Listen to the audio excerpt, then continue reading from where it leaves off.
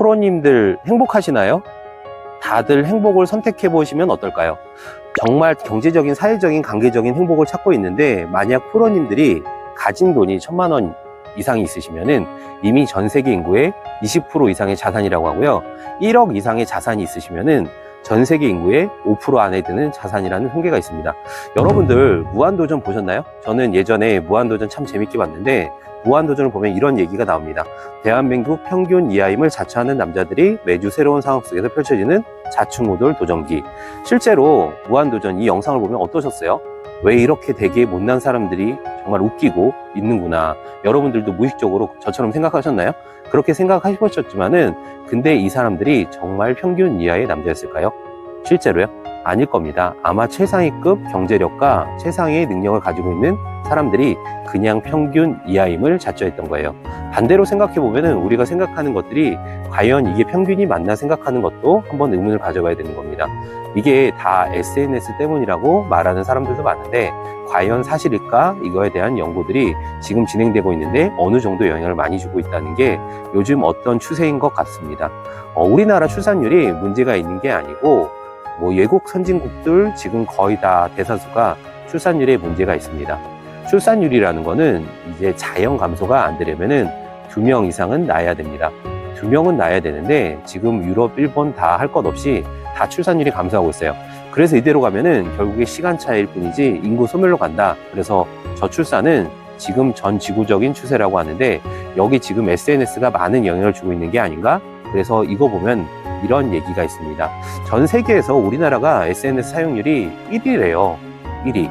SNS 안에 포르노 같은 성공 포르노 도파민은 있지만은 진정한 성공과 행복이 없다고 생각이 들어요. 저 역시나 유튜브, 인스타, 블로그를 하고 그런 강의를 하지만은 예전에 사치스러운 일상을 올렸고 허세샷을 부렸으면은 허세를 부렸어요. 지금 컨텐츠를 올리고 메시지를 담으려고 노력합니다. 근데 우리나라 출산율이 세계 최저 수준 아닙니까? 정말 세계 최저 수준. 근데 SNS 사용률이 3위인 곳이 대만이랍니다. 근데 대만도 지금 합계 출산율이 0.97명이래요. 그러면 대만, 한국 둘 다 지금 출산율이 아주 낮은데 공통점이 SNS 사용률이라는 거예요. 거기다 지금 중국도 출산율이 지금 완전 급감하고 있는데, 근데 지금 중국도 SNS 사용률이 상당히 높아요. 그러니까 이게 뭔가 비교 심리 이런 것들이 이제 작동을 하면서 약간 평균을 많이 높이는, 물론 이제는 문화의 차이, 그 어떤 제도의 차이 같은 것들이 있겠지만은 아무래도 좀 영향을 주는 게 있지 않을까? 그래서 큰 영향을 끼치고 있는 거라고 사실 같고, 우리 스스로도 알잖아요. 지금 SNS 때문에 내가 예전보다 행복해지지 않았다. 인스타는 우울감은 없다. 1분도 안 되는 사진 한 장에 인생을 대변하는 것처럼 화려함만 나타내죠. 명품 백에, 비싼 슈퍼카에, 고급 저택, 화려한 여행지, 그걸 위해서 미래를 외상 잡히고 빚쟁이가 되어가는 젊은이들이 많습니다. 그런 사람들도 허다하고요. 지금 정부 여해 모든 지금 정책들도 많이 좀 내고 있지만은 사실 이런 것들도 어떻게 해결될까 저는 좀 의문점이 됩니다. 그러니까 이게 결국은 구조적인 문제, 그리고 할 수 없는, 해결할 수 없는 억지로 지금 해결해 보려고 하니까 계속 일이 꼬여간다는 거예요. 그 소득을 보면 현실과 많이 다릅니다. 월 400만 원 정도는 벌어야죠 해도 연령별 중위소득을 보면은 30세 전에 266만 원 정도가 100명 중에 50등 정도가 돼요. 50%가 266만 원. 30대 중반에 돼도 300만 원 정도 받고요. 40대까지 350만 원 정도 받습니다. 40대가 넘어가도 월 400만 원 정도의 연봉을 받는 분들이 많지가 않아요. 근데 우리도 그래도 최소 400은 받아야지 되지 않나 생각하는 게, 약간 거기다 대기업은 좀 다녀야 됐죠. 안정적인 직장이면서 공기업까지 쳐주겠습니다 라고 생각하시는 분들도 많은데, 우리나라가 유독 전 세계에서 특히 이제 OECD 안에서도 대기업 비율이 많이 낮습니다. 대기업 비율이 10%밖에 안 돼요. 대기업은 이제 250 이상의 소득을 말하는 건데, 우리나라 대기업 비율도 되게 적고, 그리고 이제 공공 부분에서 공기업 공무원 인원수도 10%밖에 안 됩니다.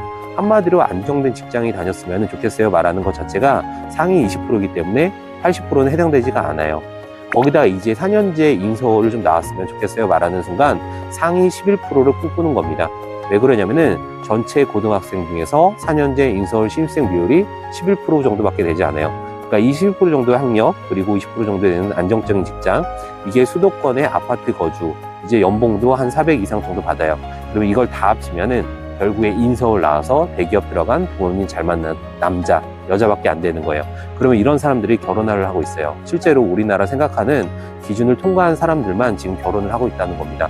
그러니까 그 이하의 사람들은 절대 패배자도 아니고 루저도 아닌데 서로 내가 루저, 너도 루저 생각하고 우리가 결혼해서 뭐 하냐 생각하면서 저 상위 10% 안에 통과한 몇 명 애들을 축하해 주려고 축의금 내고 다니고 있는 거라는 거예요.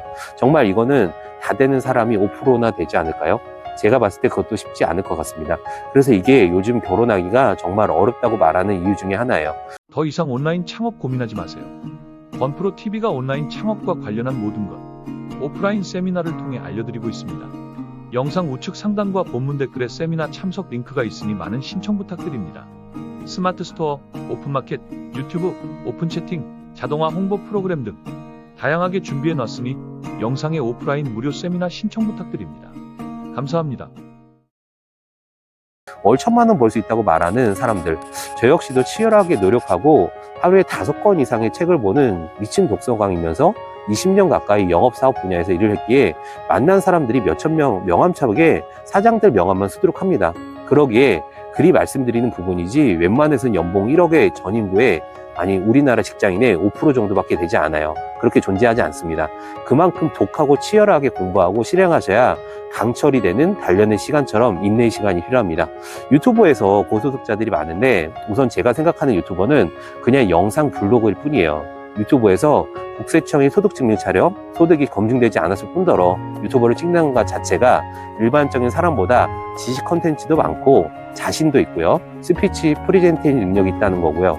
그래서 고소득일 수밖에 없습니다. 결국 이거는요, 이제 비교심에서 오는 것이고요. 이거 상대방보다 좀 내가 못났다라는 이 어떤 심리, 감정적인 건데요. 이게 돈을 주는 걸로 해결되지 않을 수가 있어요. 이 돈 준다면 나한테 줘야지, 나만 주고 다른 애들은 안 주면 내가 이 비교심리 좀 완만해질 텐데 정부가 그렇게 줄 수 있나요? 못하죠. 결국에는 다 보편적으로 줄 수밖에 없고, 보편적으로 혜택을 준다고 하면은 금액적으로 다 같이 돈이 좀 생길 수 있지만은 비교상에서는 똑같이 문제가 될 거라고 저는 봅니다.